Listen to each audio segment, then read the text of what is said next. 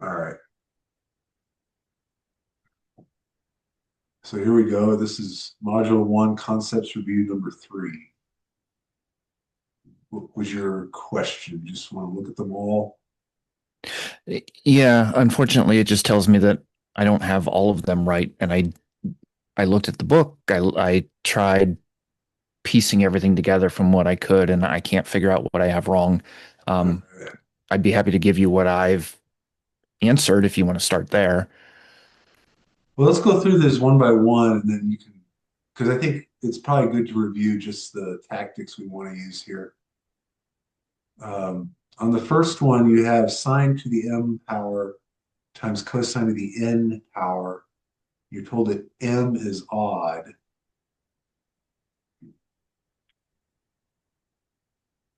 So you would want to save one factor of, you'd want to save a sign. Right. If m is odd, you pull out one of the signs. Now you have an even power of sine. You can replace that with 1 minus cos squared to that even power. And then theoretically, you FOIL it all out and multiply it by this cos to the n.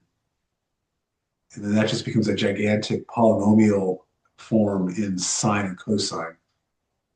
So does that make sense for the first one? Yeah. So the answer being sine, pull out of a factor of sine, convert the remaining factors of sine. Um, well, let me see. I would save one factor of sine. Yeah, of course. Yeah. And then And use then the convert the remaining remaining numbers factors of of cos. cosine. Yeah. So you would be converting. So you would actually have a big polynomial of cosines to various powers. And Right. so, But so I think it's the way that it's worded. The pull out a factor of sine, I get, and then convert the remaining factors of oh, I you want to see. turn the Yeah. sines into cosines, Okay. Yeah. right? Yeah. So it should be sine. Yeah. We'll go ahead and select that. Yeah, I know at first I struggled with the Yeah, I see what wording of the question. same. Um, when you have cos to the n power, you do the same thing. You pull out a factor of cosine, convert all the whatever remains, which will be cosine to some even power. So it'd be 1 minus sine squared to that even power. So I guess we would be doing um, cos cos. Cosine. Yeah. Yeah. And then here you have tan m and secant n. N is even. Um,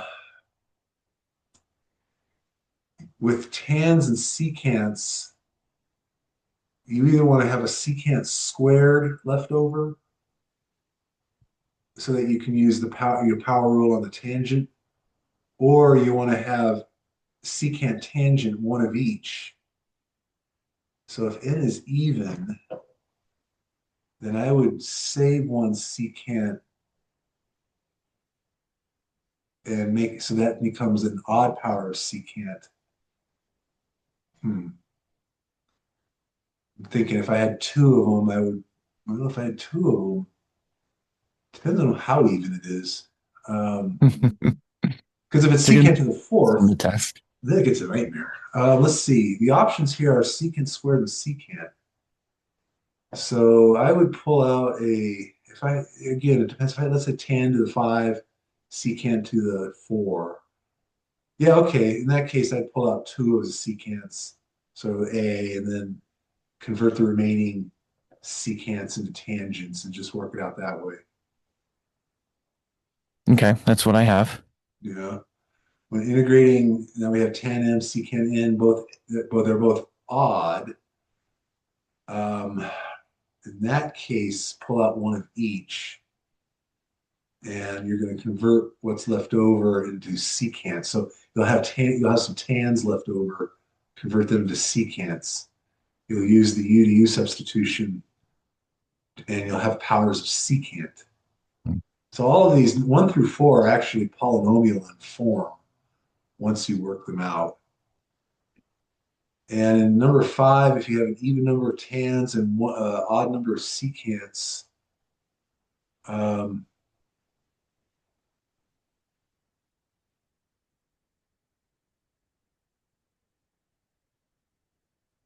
let's see. I would pull out if I pull out a secant tangent, that leaves an odd number of tans, but it actually leaves a even power of secant. So if I pull out a secant tangent, I think I want to do that again. And then I would convert the remaining powers of tangent into secant. So I think C looks like a good choice. So let's see how well I did. Yeah, it still says one or more of the answers is incorrect. Uh, really? Yeah. What did I get? Oh, it didn't like number five. What's How can you B? tell? Oh, it tells you what the correct answer is, or is that just, oh, that's just because you're the. Yeah, I don't know. That's a good question. You guys don't see this when you. No, we don't see correct answer. What we Oh, see, I get no indication of what I got wrong. Was it all five? Was it one of them? Was it somewhere in oh. between? I apologize. This was something that was drawn up like earlier in the week by. I liked the questions. I thought I would go ahead and circulate them as practice. I'll figure out how to score it. I'll come up with a way. I should be able to see what you answered and give you partial credit. It wants on the third one. It wants B. Why would it want B? If I pull out a secant. Oh, okay, that makes sense. All right, so if I pull out a Yeah. secant, that'll have an even number of secants, and I'll turn those into. No, I don't think that's right actually. If I pull out a secant, I'm gonna I'd question that. So I'm not convinced that five is correct. It took secant squared. Like I set that as the answer, or secant to the end. Sorry. Yeah, that's what it Um, says. But if you pull and out a I now have. secant, if you have an odd number of secants and you pull out a secant, you'll have an even number of secants. But then if you turn those other secants into tangents, that doesn't really do you any good because you'll have a whole bunch of tangents and then a secant. And the problem with secant is you don't really want a secant by itself. You either want two of them or you want a secant tangent so that you can use the U to U substitution. All right. Yeah, Yeah, I I'm not think. convinced that five is correct.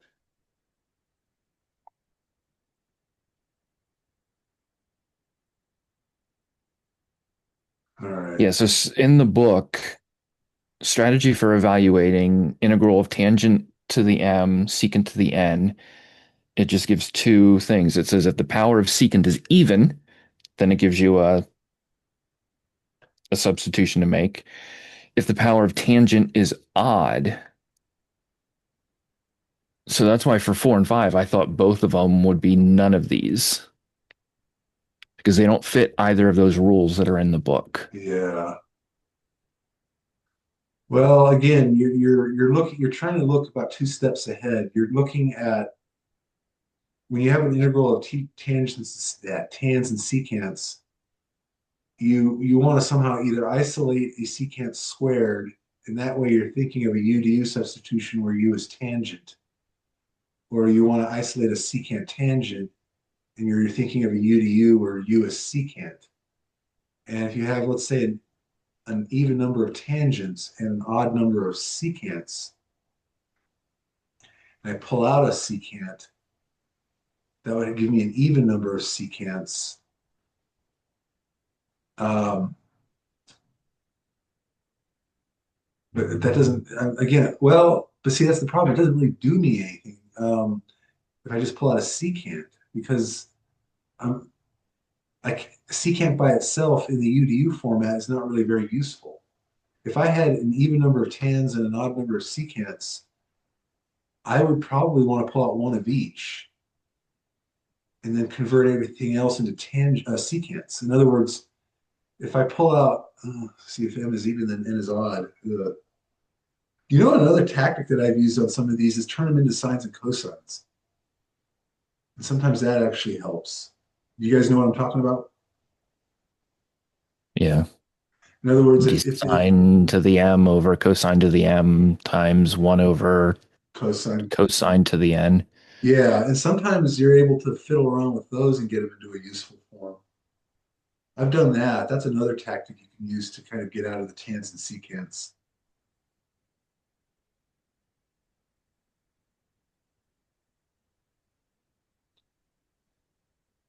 Yeah, I'm not. I'm gonna kind of put number five on the back burner.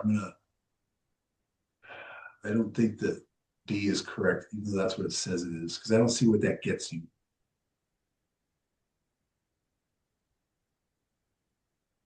All right. I I think it apologize for wants that, but again, I'm feeling pretty strong about that. I'll double check. I think it wants you to convert everything into secant and then use like one of those reduction formulas that you would have on like a formula sheet that you don't just Right. like make out of your brain. Because at the end it says use the trigonometric identity and then use the reduction formula for. No.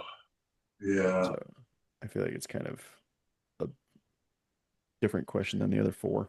Yeah. You might be able to divide them in such a way to use integration by parts too. Again, a lot depends on just how many you have of each.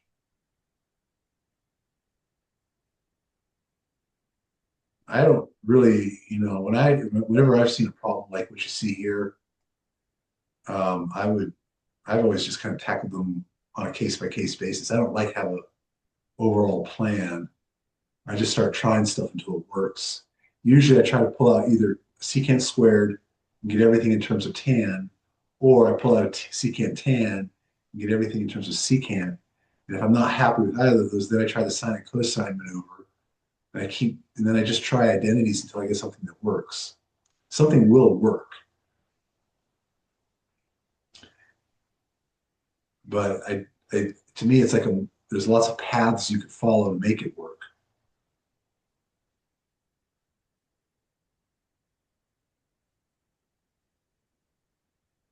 All right. Do you want to see one worked out, like with actual numbers, or are you okay with that? Are we going to have questions of that design on the test?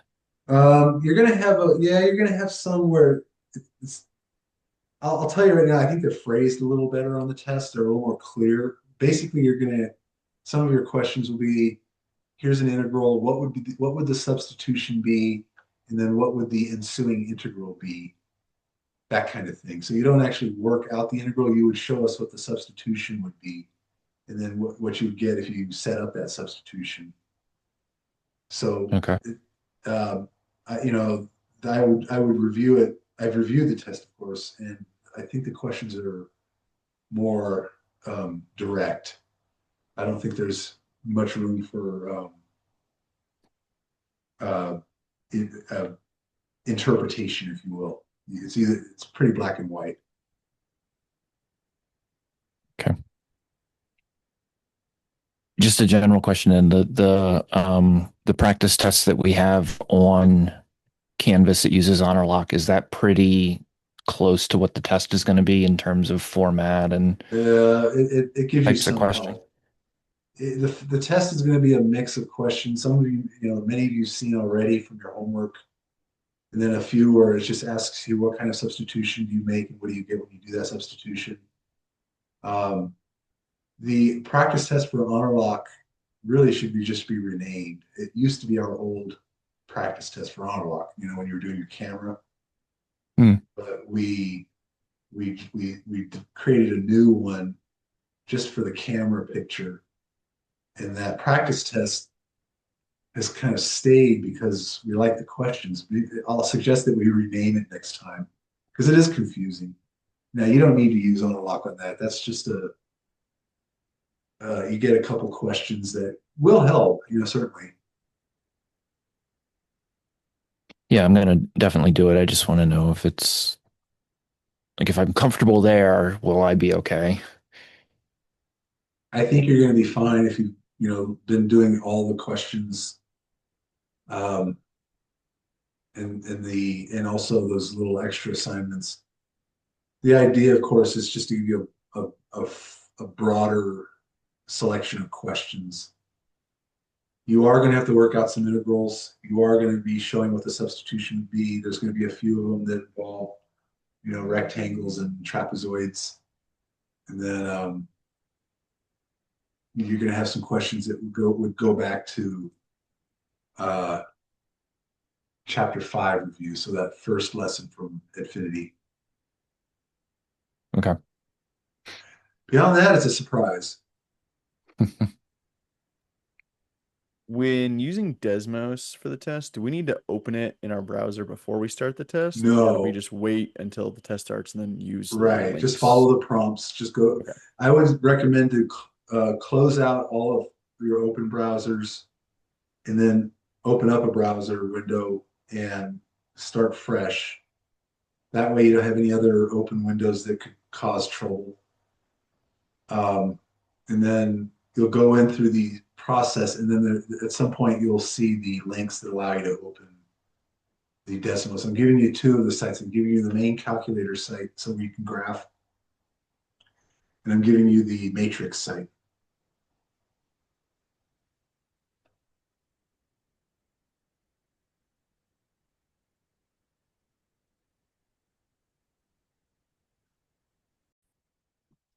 All right. So the one trig identity you absolutely always should know is the Pythagorean. That one is sine squared plus cos squared is equal to 1. There's some corollaries you can isolate.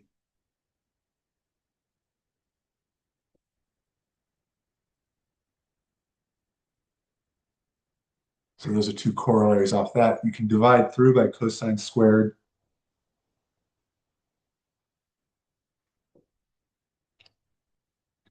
And then a corollary of that is to move the 1 over and isolate the tan squared.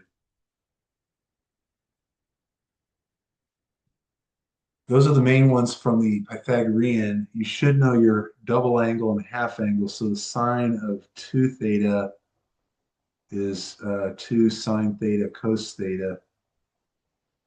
The cos of 2 theta is going to be cos squared minus sine squared. And then there's a couple forms there. You can replace the cos squared with 1 minus sine squared. You get 1 minus 2 sine squared, for example. So there's a few ways to write that. And then the half angle identities typically are written where you isolate. So if you have like a cos squared by itself,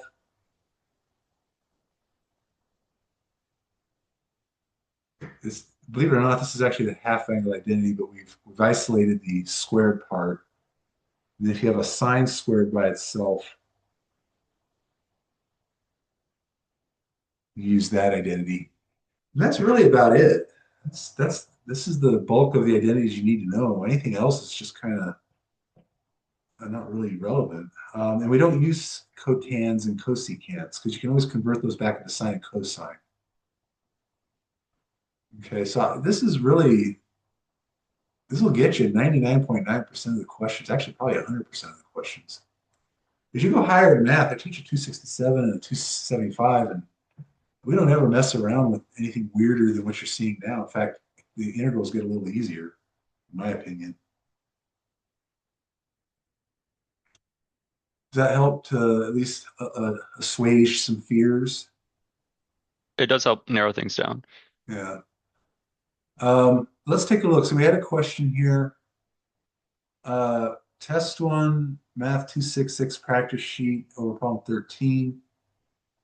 Stephen, where did you see that? Was that, I'm going to find it, but sometimes these things is it on the Canvas page?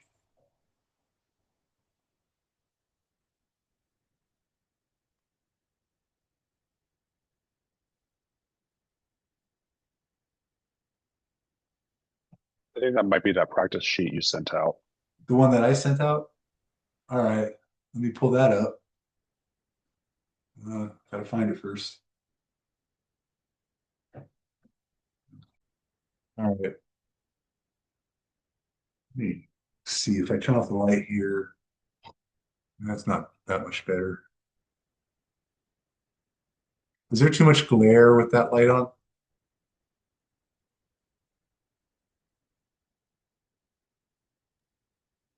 Looks No, it okay. looks fine. Looks okay. All right, we can. It's not the best, but I'll go ahead with this the way it's written. This is number 13 on the practice sheet. All right, so the first thing we want to do is split up the denominator. We have an irreducible quadratic. This can be split up into two linear factors.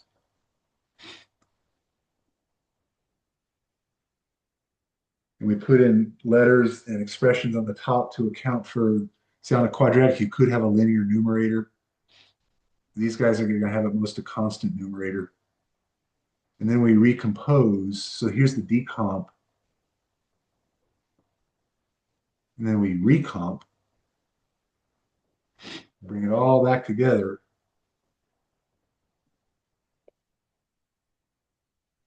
This ax plus b gets multiplied by the x squared minus 1. So that's what these two guys are when you bring them together. This c gets multiplied by x squared plus 4 and an x minus 1. And the d gets multiplied by an x squared plus 4 and an x plus 1. All right, moving right along. I'm going to have to FOIL all this out, so bear with me. It's going to be ax cubed plus bx squared, take away ax, take away b. This is going to be x to the third. It's going to, so the c will distribute cx to the third, take away cx squared plus 4cx,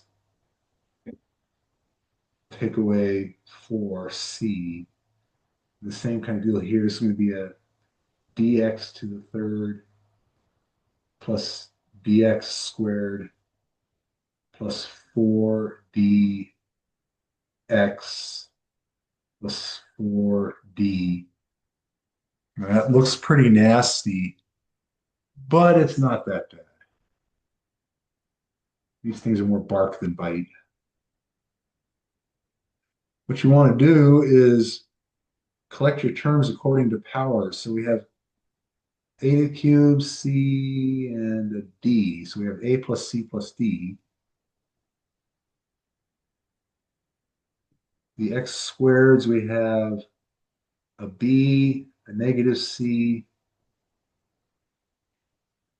and a d.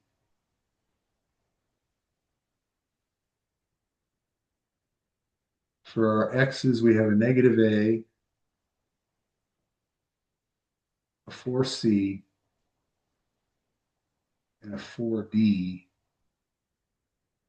And for our constants, we have a negative b, a negative 4c, and a 4d. Okay. And then we look back, we look at this whole expression here compared to the original numerator here, and we notice we don't have a cube up there, so this is all 0. This is going to be a 1 because it's the coefficient of the x squared. This is all going to be a 5. And this is all going to be a 3. Ever see that so far?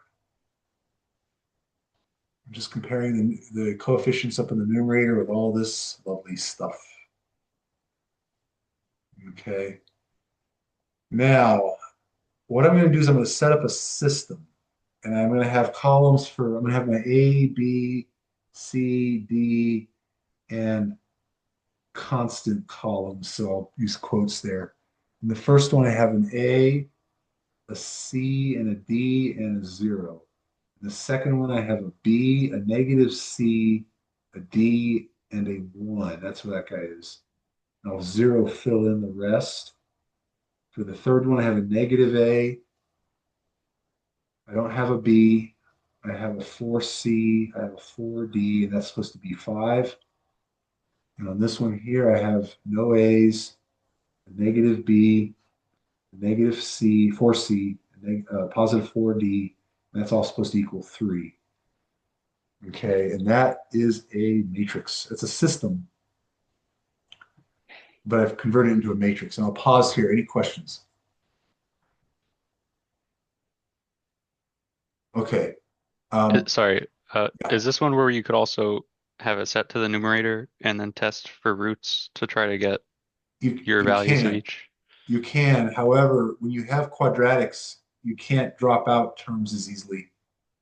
And you end up, you'll be able to solve for a couple of the roots, a couple of the values that way, but you're still going to have to solve a system to get the other values. It works beautifully when you have all linear factors in the denominator. But when you have a quadratic like we have here, it doesn't really work that great. Um, so actually what I want to show you, because I want to make sure you guys know how you can do this on the test, this would be something that Desmos slash matrix would do just fine. So I'm going to go to the Desmos screen and I'll share that. Give me a moment to go to it.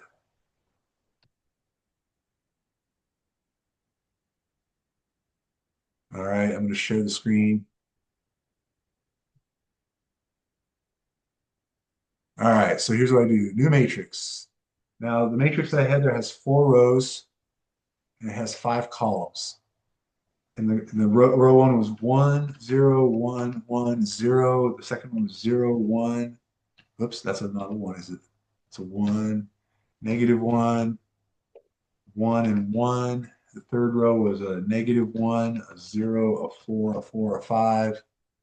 And then the fourth row was 0, -1, -4, 4, 3. And I'm just double checking that I typed it all in right. Everybody see that? And then I hit enter. And then here's the beautiful part. I go to RREF, row reduced echelon form, type in the A, and it magically works it out for you. And if you do that, you get nice fractions. So that tells us that the A is -1, the B is 1/5, the C is 1/10, the D is 1/9, my bad. All right, isn't that beautiful? You can do that on the test. I totally think that's fine. It's a big time saver. And so if I go back to my screen, those are my coefficients. So now, you know what, let me come down. I go back up here and I just pop them into place. So I actually have -x plus 1/5, that's my b, all over x squared plus 4. And then I have a 1/10 over an x plus 1. And then I have a 9/10 over an x minus 1. Sorry about that. I have all of that. This can be split into two littler ones. So I have one of them like that. So for the first one, it's just going to be a natural log. So u would be x squared plus 4. You have a 2, so you have a -2. So you have to do a -1/2 ln of x squared plus 4. With the 1/5, now we have an arctan. So it's 1/5 arctan of, oh, I made an error. So it's going to be 1 over 2. So 2 squared is 4. So it's actually 1/10 arctan of x over 2. And these are just a couple of natural logs. We have 1/10 ln x plus 1, 9/10 ln x minus 1 plus constant. What you guys think? I'm just not clear on how you built that matrix initially. Okay, so I'll go right here. Are you okay with all the algebra here? Yeah, how we get to the point right before that. All right, so right here, I'm taking this long expression and I'm collecting terms according to powers of x. So I write me an x cubed, and then I just go find all the ones that have x cubed. This a, blah, blah, blah, blah, the c, and d. So a plus c plus d. Make sense? I do the same for x squared. I just go through and find all the ones that have x squared in them. So b, a -c, and a d. I do the same for x. Just find them all with x's in them. You get that. And then the constants, I just collect them all. That's -b, -4c, 4d right here. And then, so you can center it there, this whole expression has to match up to this expression here. There was no cubic up here, so this becomes a 0. The x squared had a coefficient of 1, so this all becomes a 1. The x had a coefficient of 5, so all this becomes a 5. And the constants match up to 3. And then I take that information and I create a matrix. I create columns A, B, C, D, and constant. And of course I already using C, so I'll just kind of put that in quotes. So or you could call this the coefficients maybe. The coefficients of the original numerator were 0, 1, 5, and 3. And then here I'm just simply creating columns. So I have an A, a C, and a D. So bing, bing, bing, but I don't have a B, so I'll put a 0 there. I'm just putting in the coefficients of all these guys. Okay. And could you go over how you do that in Desmos again? Like, do Yeah. we go directly to the matrix, or is there a matrix button? You'll have a matrix. There's Desmos/matrix. You'll have a button already for that. I'll share the screen again. Thank you. What you're going to do is you're going to click new matrix. It'll be called by default A. You look at the matrix that you have on the piece of paper, it has 4 rows and 5 columns. So it'll tell you, right here, you can up the number of rows, up the number of columns. Then you just type in the entries. And when you get to the last entry, just hit enter. And then I'll do it real quick. It's not that bad.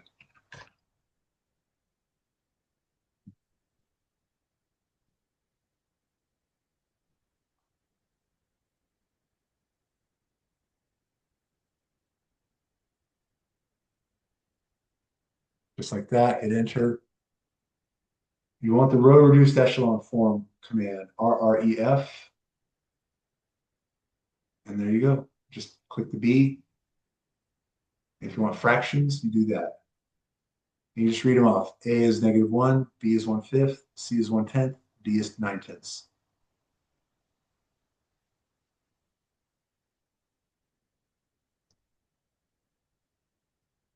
Does that help?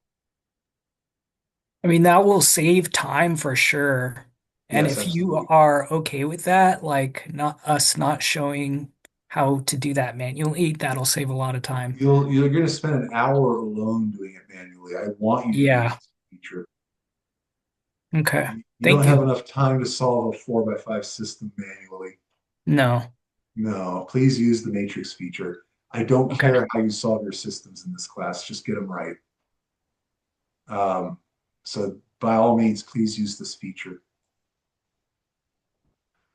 Okay. Let's see. We have a question for number 2 on 6.2. Let me go find it. Yeah, that was on the review in the module 1 Canvas. Like, I think it's a review Well, it said sections. 6.2, Yeah, number section 2 on 6.2 6.2. That's from module 1 review for test 1. Before you go there, can you shift the paper up so I can see the final answer, please? yeah, hold on.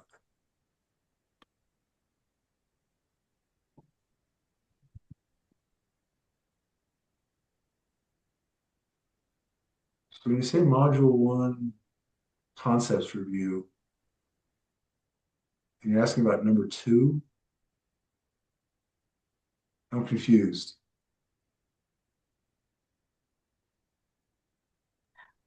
So if you click on module 1 and then go to Oh, you're uh talking in Canvas, right? yeah, in Canvas. Yeah, so module Ah, 1 and then you click it's towards the end there's module 1 review for test 1. oh yeah. Okay, and then there's a section 6.2. Oh yeah. There's so many of these things. Yeah. And so I Number was assuming that these questions are more or less going to reflect what's on the test. So they're that's good kind of what I've been questions. focusing on. Yeah, these are pretty standard. Um, these are pretty standard questions for Yeah. this. So I mean, it looked easy, and then when I went into it, it took me like an hour to finish it. It so was this pretty is complicated. all right. So it's 1 over x squared times radical x squared plus 25. All right, so here's a case where you got to somehow unlock this from the radicals. So off on the side, I'll just copy down my couple of Pythagorean identities. If I have tan squared, it looks like I'm going to want this one. Yeah. You kind of see it has the same form. So I'm going to let I'm sorry, I'm going to let x equal, and I want to make it in such a way when I square it, I get a 25. So 5 tangent, um, just a 5 tangent theta. That means dx is 5 secant squared theta d theta. So in the radical part, let's just do the radical right now. The radical part will be 5 tan theta quantity squared plus 25. That's going to be 25. I'll factor that out, tan squared plus 1. I'm being a little sloppy here. I apologize. That's going to be 5 radical secant squared. So that's going to be 5 secant. Okay, that's what the radical part turns into. The rest of it's just substitution. Here, that's going to be, so we're going to square in this, so it's going to be 25 tan squared. Here I have 5 secant squared. That's what the radical was. And on top, I have a 1, but I have a dx. dx is this 5, oops, 5 secant squared theta d theta. So those are your substitutions. Well, we can do a cancellation right now. This is gone. The 5s are gone.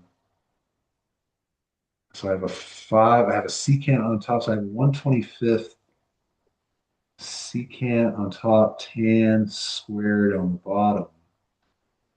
So far, so good. Yeah. Okay. I'm following because I actually did this exact thing. Yeah. Okay. So this doesn't, okay. This is a case where the form here doesn't really help me a whole lot because whenever you want to do secants and tangents, you're always looking for some sort of power rule. Um, so actually, what I'm going to do here is I'm going to turn these into sines and cosines. So secant is 1 over cosine. Tangent, it's going to be sine squared over cosine squared. Let's see what this gives us. So this cosine will take out one of these guys. To flip the whole thing over, I'm going to have a cosine on the top and a sine squared on the bottom. Okay. Um, does that help me at all? Yeah. And then Oh, yeah, it does once actually. yeah. Yeah, bring the sign up. So you have cosine, then we have sine theta quantity to the -2. Okay, cool. This will work. So this little maneuver here of turning them back into sines and cosines sometimes unlocks it. So this just becomes a u to u. U is sine, du is cos theta d theta. It's already balanced. So I have a 1/25th. This just, the cosine and the d theta just blob together, becomes your du. So I have u to the -2 du. So when I integrate that, I get -1 over u. And I get -1 over 25 u with sine. And you can leave that. I mean, well, we're not done, but this is good Right. enough. Now, here's what you do: is you go back to the original substitution here. So remember that x was 5 tan theta. That means x over 5 is tan theta. That means if I draw a right triangle and theta is stuck here, then tangent is opposite over adjacent. And the hypotenuse would be the x squared plus 25 radical. And so the sine here is going to be opposite over hypotenuse. That's going to look a little funny just for a moment. It's going to be x over radical x squared plus 25. And I would just flip it over to make it look pretty. So it's going to be radical x squared plus 25 on top, all over 25x on the bottom. Oops, sorry, plus constant.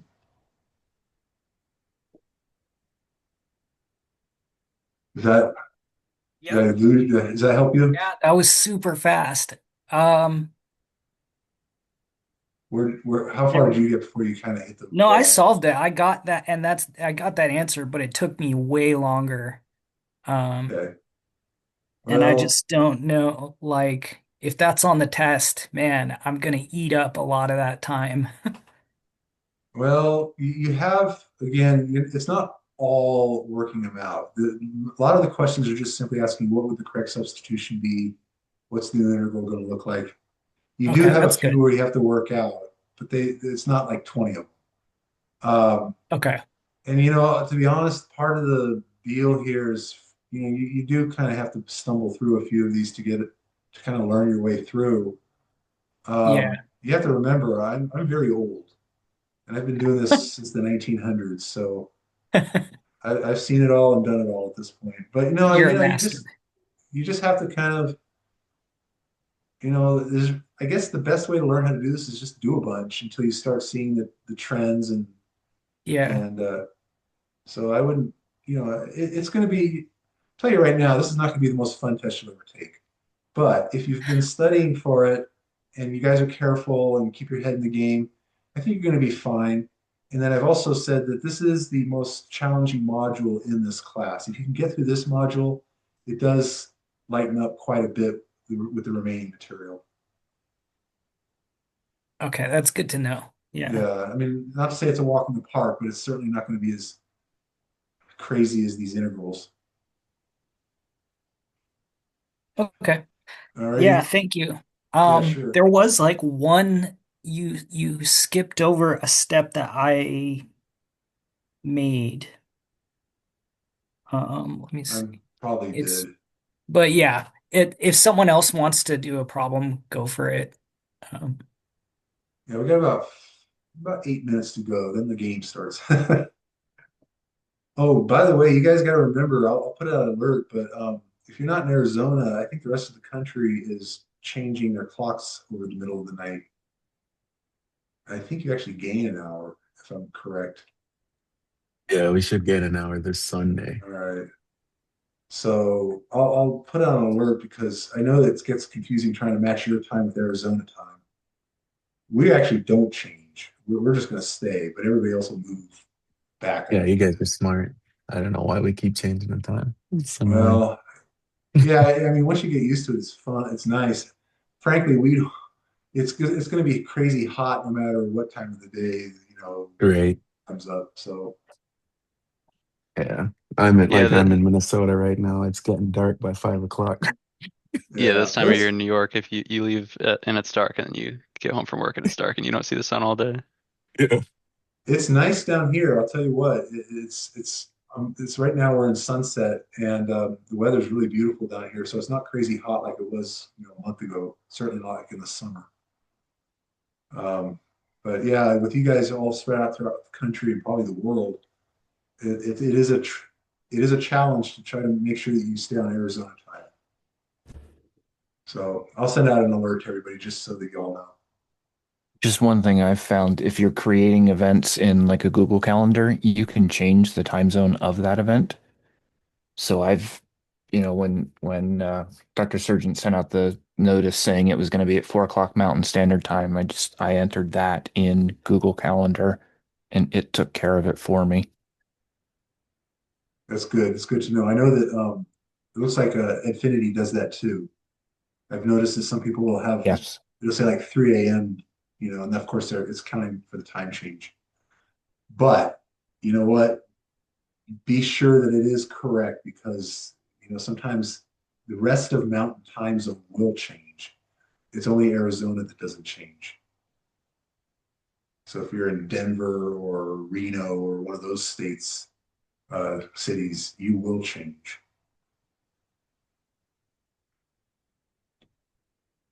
Alrighty. So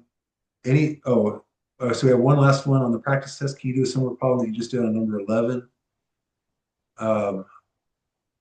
So let me bring it up again. Practice, I'm assuming the one that I sent out, number 11. This will be our last one. So it's x, what do I have there? X cubed over 36 minus x squared. Let's take a look at that lovely one.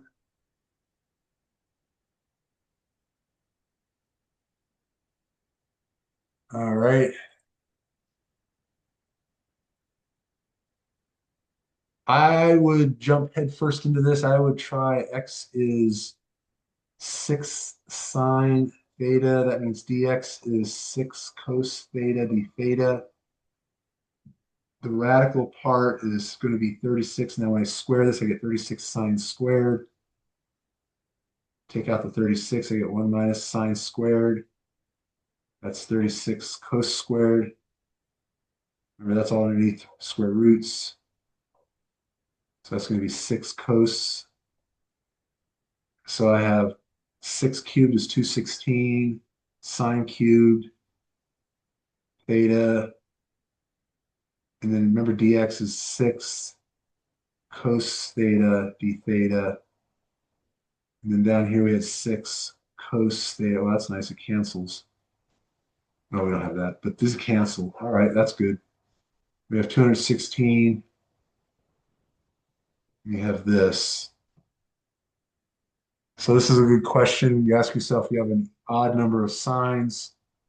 Let's pull out one. So I'll have a sine and then a sine squared.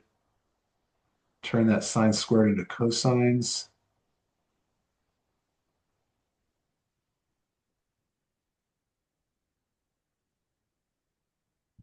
And then this is a u to u, so u is cos squared. Oh, it's just cosine, my bad. Du is negative sine theta d theta. There's your sine, so I'll just temporarily put a little negative there, a little negative there, make it all cool. Negative 216. And I actually have 1 minus u squared du. And then when I integrate, I have, don't need that anymore. I have u take away 1/3 u cubed. And then when I pop back in the originals, I'm going a little quicker, I admit that. Put back in what they were. So u is cosine, then 1/3 cos cubed. And then you got to go back to the original substitution, which was way up here. The sine, x was 6 sine theta. I'll just write it down here. That means x over 6 is sine theta. Draw yourself a right triangle. We have sine is opposite over hypotenuse. So that means the remaining leg has to be this guy, rad 36 minus x squared. So cosines will be the adjacent over the hypotenuse. So it'll be the rad 36 minus x squared over 6. And then here we're going to have 1/3. And we're going to have this all rad 36 minus x squared over 6 again. You actually get a little bit of cancellation because 6 cubed is 216. And when you distribute the 216 through, see over 6, I'm not sure. Let's see, I can do that in my head. Should be 6. I should be able to do that in my head.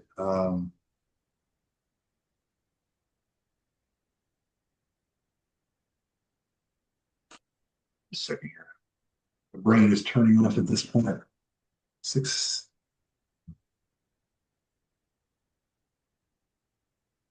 216 divided by 6 is 36. Yep.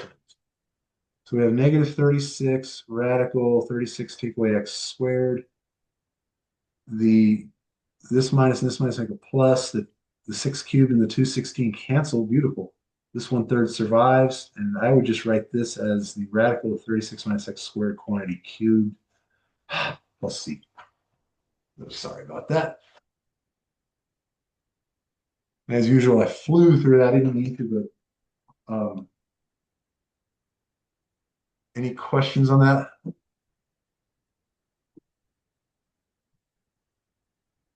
Alrighty. Quick question. Yeah. You said in like a exam setting, we could leave it at like the theta, where you had like No, the you'll cos have to take it theta. all the way down. Okay.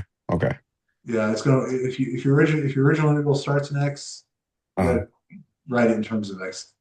Yeah, you okay. don't want to Fair enough. stop here because this you actually have the answer here. It's just not in the right form. You need to Right. make that final substitutions. Okay. Fair enough. All right, guys, I'm gonna go ahead and power down here. I'm gonna post this on the web here probably about an hour. You all have good luck. You have the test starting. It actually started an hour ago, but it goes through tomorrow night at midnight. So you have about 31 more hours. All right. Cheers. Thank you. 5, 4, 3, Thank 2, you. 1. Thank you. Bye bye, everybody.